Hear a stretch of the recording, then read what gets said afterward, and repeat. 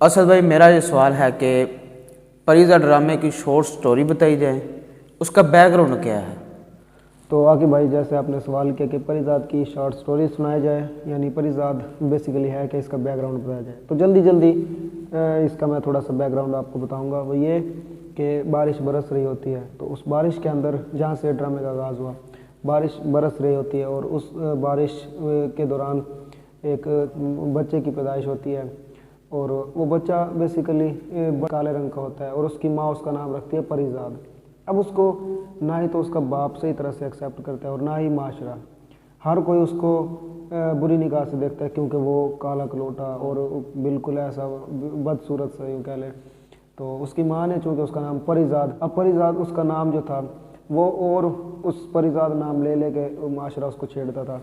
तो फिर उसके कुछ दिन बाद उसके वालिदैन की, जब वो बड़ा हुआ तो वालिदैन की उनकी दोनों की वफ़ात हो गई और उनके जो दो उसके भाई थे बड़े और एक बहन और तीसरा वो परिजात। अब उसके भाई उसका अच्छे से ख्याल नहीं करते थे और उसकी भाभी दोनों वो उसके साथ थोड़ा सा अच्छा सलूक नहीं करती थी। उसकी जो बहन थी वो सिर्फ परिजात का ख्याल रखती थी। अब परिजात उसके साथ साथ पोइट्री भी करता था और बड़ा ही अच्छा शायर था और कॉलेज में वो हमेशा अव्वल आता था। स्कॉलरशिप पे वो तालीम हासिल कर रहा था, तकरीबन स्कॉलरशिप पे।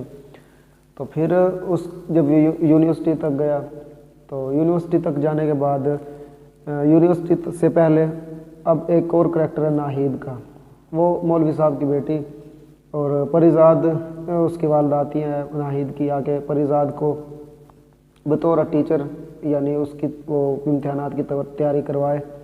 तो परिजात बेसिकली बड़ा ही शरीफ किस्म का, भोला किस्म का इंसान था। तो उस पर फिर कुछ इल्ज़ामात लगाए गए नाहिद के हवाले से। तो फिर परिजात ने सच नहीं बोला क्योंकि उसमें नाहिद की थोड़ी सी बेइज्जती थी और उसने नाहिद की इज़्ज़त को बचाते हुए खुद वो सारी बातें बर्दाश्त की। फिर उसने पढ़ाई छोड़ दी। पढ़ाई छोड़ने से पहले वो ट्यूशन्स पढ़ाकर अपने भाइयों को भी पैसे देता था, भाइयों को भी पैसे देता था। जब तक वो उनको पैसे देता था तब तक तो वो अच्छा था, लेकिन फिर वो ट्यूशन वगैरह ख़त्म हो गई। फिर उसके भाइयों ने कहा कि पढ़ के क्या करना है, आओ तुम्हें कहीं छोड़ के आता हूँ। फिर मैकेनिक की दुकान पर लेकर जाते हैं कहीं से। कुछ दिन तक उसने सीखा।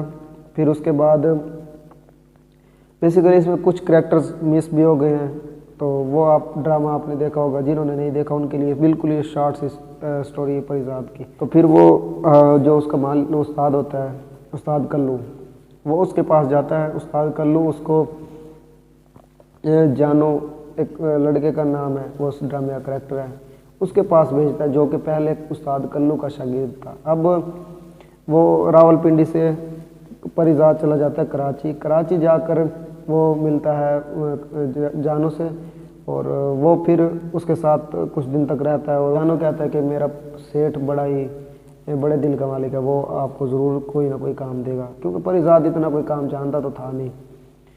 और जब उससे पहले थोड़ी से मैं आऊँगा कि परिजात जब कॉलेज में पढ़ता था, तो उससे पहले मैं कुछ आऊँगा, उसकी बहन के कुछ अखराजात, थोड़ा सा हालात तंग थे, तो परिजात ने अपना एक रजिस्टर जिस पर वो शायरी लिखता था वो 5 लाख का बेचा और अपनी बहन को वो पैसे ला कर दे दिए और उनके हालात बेहतर से बेहतर होते चले गए। उसके बाद फिर वो जब कराची चला गया, कराची जाने के बाद जब वो जानो और उसके सेठ बहरोज से मिला, अब वो बड़ा वफादार था और बड़ा ही सच्चा, बड़ा ही मुखलिस। ये परिजात की बात हो रही है। तो परिजात को वो कुछ काम दे देता है सेठ बहरोज, और परिजात अपनी वफादारी की वजह से और अपनी सच्चाई की वजह से सेठ बहरोज की नज़रों में रहता है, क्योंकि सेठ बहरोज काफ़ी बड़ी दौलत का मालिक था, काफ़ी उसके काम था, बड़ा बिजनेस था। देखते ही देखते वो सेठ बहरोज के पर्सनल सेक्रेटरी में आ गया। अब सेठ बहरोज ने उसको अपनी बेगम का सेक्रेटरी उसके साथ उसको नौकरी दी।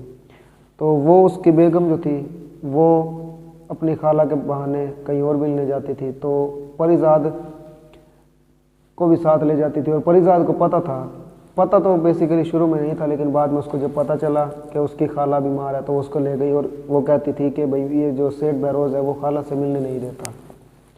तो अब परिजाद बेचारा क्या करता ना क्या ना करता, अब वो उसकी माने या उसकी माने, परिजाद उसको ले जाता था। सेठ बहरोज जब उसको पता चला तो उसने अपनी बीवी को कत्ल करवा दिया। और उस टाइम पे एक परिजाद ने बात कही कि जब मैं मर जाऊं तो मेरे टोटे टोटे कर कर फेंक देना। ये बात सेठ बहरोज को थोड़ी सी उसको लगा कि इसको माफ़ कर देना चाहिए। अब उसने उसको माफ़ कर दिया और अपनी बेगम को कत्ल कर दिया। अब सेठ बहरोज अकेला हो गया क्योंकि वो अपनी बीवी से बड़ी मोहब्बत करता था। सेठ बहरोज ने जो अपनी बीवी को कत्ल किया उसके साथ ही उस लड़के को भी कत्ल करवा दिया। वो लड़का काफ़ी बासर तरीन शख्सियत का बेटा था। तो पुलिस पहुँचते पहुँचते सेठ बहरोज तक पहुँच गई और आखिर में उसको पकड़ने के लिए जब आए, सेठ बहरोज ने खुदकुशी कर ली और अपनी वसीयत में लिखा कि मेरे जितने भी वफादार थे उनको कुछ ना कुछ उसकी जायदाद में से हिस्सा दे दी जाए, क्योंकि उसकी खुद की औलाद तो थी नहीं। अब परिजाद को भी कुछ तो मिलना था। परिजाद को सारी सल्तनत अपनी उसका मालिक बना दिया गया। अब परिजाद ने उसका कत्ल अपने ऊपर लिया, उनका कत्ल, क्योंकि सेठ बहरोज का वह वफादार था। झूठा कत्ल उसने अपने लिया सर, और एक और उसके वफादार ने जिसने मारा था उसको अपने सर लिया। उन दोनों ने, सेठ बहरोज खुदकुशी करके मर गया। अब परिजाद को और एक और उसके जो अकबर मालिक था, अकबर या अकबर, शायद अकबर उसका नाम था, तो अकबर को जब दोनों को जेल में रखा गया, सजाए मौत तो नहीं सुनाई गई, कुछ सालों की सज़ा सुनाई गई। जब वो बाहर आया, अब परिजाद का जो, सेठ बहरोज का जो दूसरा साथी था वो तो उसको फांसी हो गई। अब रह गया परिजाद। परिजाद के पास सारा कुछ दौलत आ गई, लेकिन परिजाद की जो आजी और जो इस तरह की वो चीज़ें थी कि बिल्कुल मगरूर ना होना, तो वो उसके अंदर उस टाइम भी बरकरार थी जब वो अमीर हो गया। तो ये छोटी सी परिजाद की कहानी थी।